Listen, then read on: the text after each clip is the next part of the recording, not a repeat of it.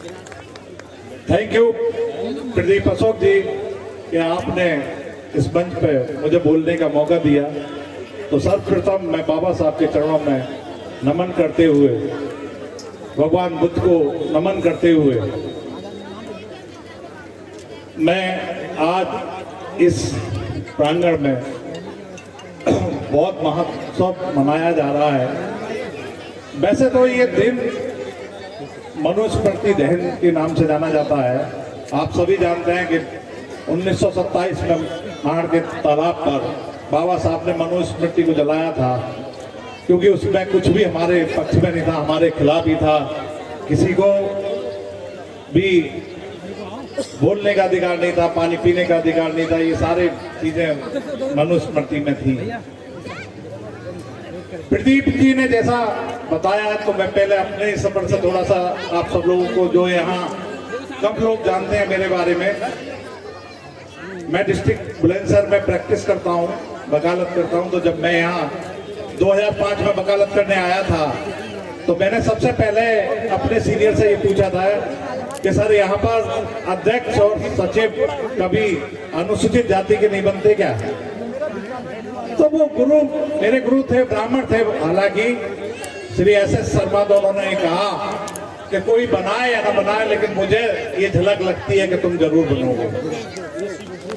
ये विश्वास उन्होंने मुझे पहले साल में भर दिया था कि कोई बना या न बना, आप बनोगे।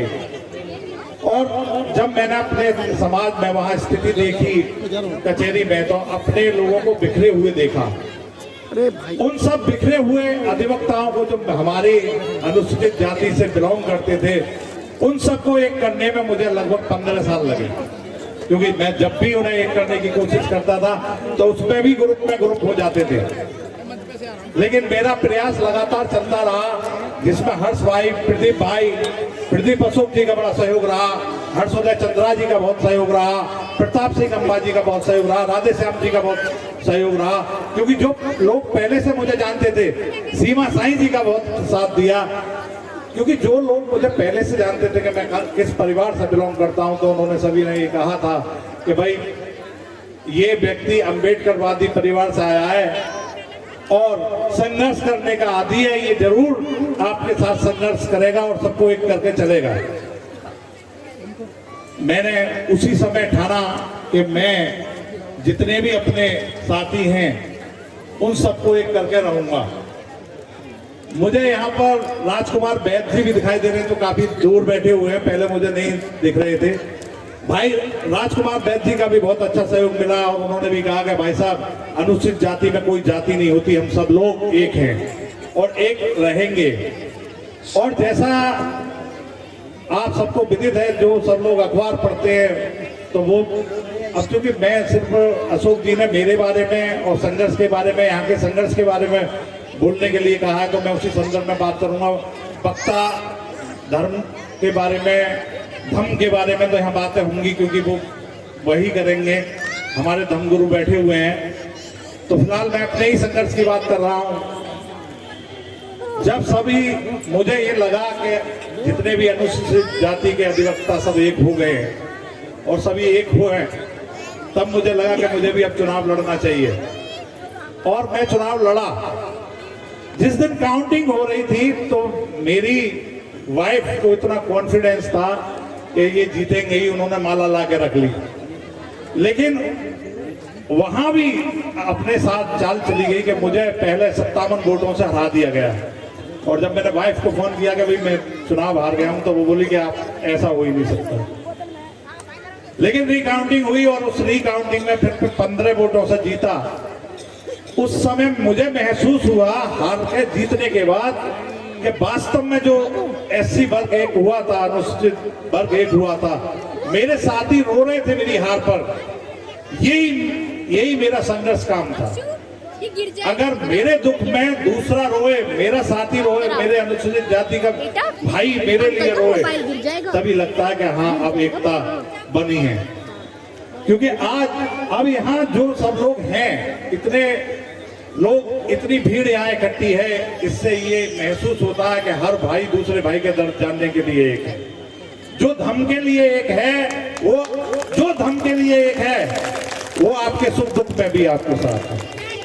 क्योंकि धम्म में भी लोग, कोई कहीं जाता है, कहीं कोई कहीं जा रहा होता है, उसे मतलब ही नहीं होता है कि कहाँ है।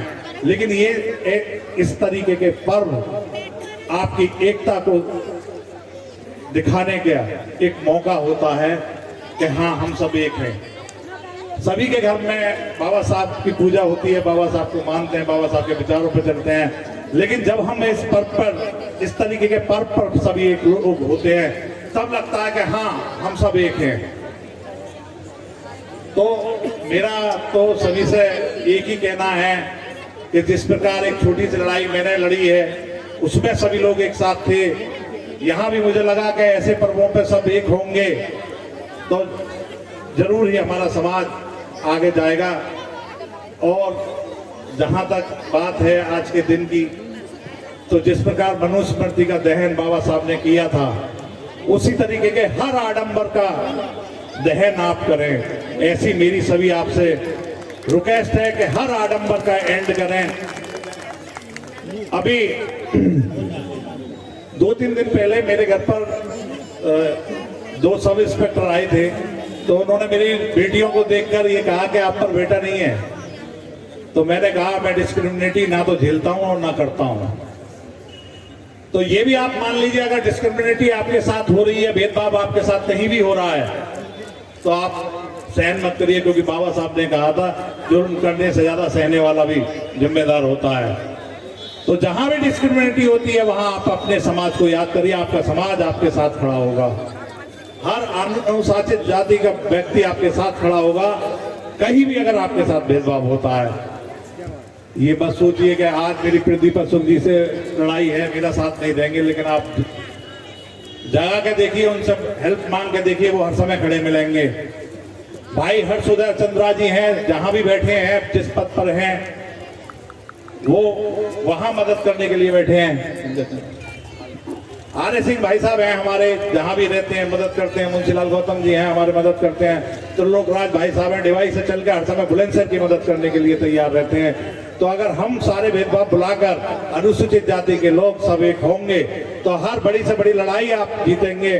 और जहां हमारा प्रतिनिधित्व भी कम हो रहा है राजनीति में, अगर अभी कहीं पिछड़ते दिखाई दे रहे हैं, तो ये कुछ दिनों की दूरी है, फिर एकता आएगी और फिर हम अच्छे पदों पर आसीन होंगे, फिर हमारी सरकारें बनेंगी। इन्हीं शब्दों के साथ मैं प्रदीप अशोक जी से यही कहना चाहूंगा, धन्यवाद दोस्त, आपने मुझे यहाँ बोलने का मौका दिया। सभी को जय भीम, नमो बुद्धाय। बहुत बहुत धन्यवाद, बहुत बहुत साधुवाद। और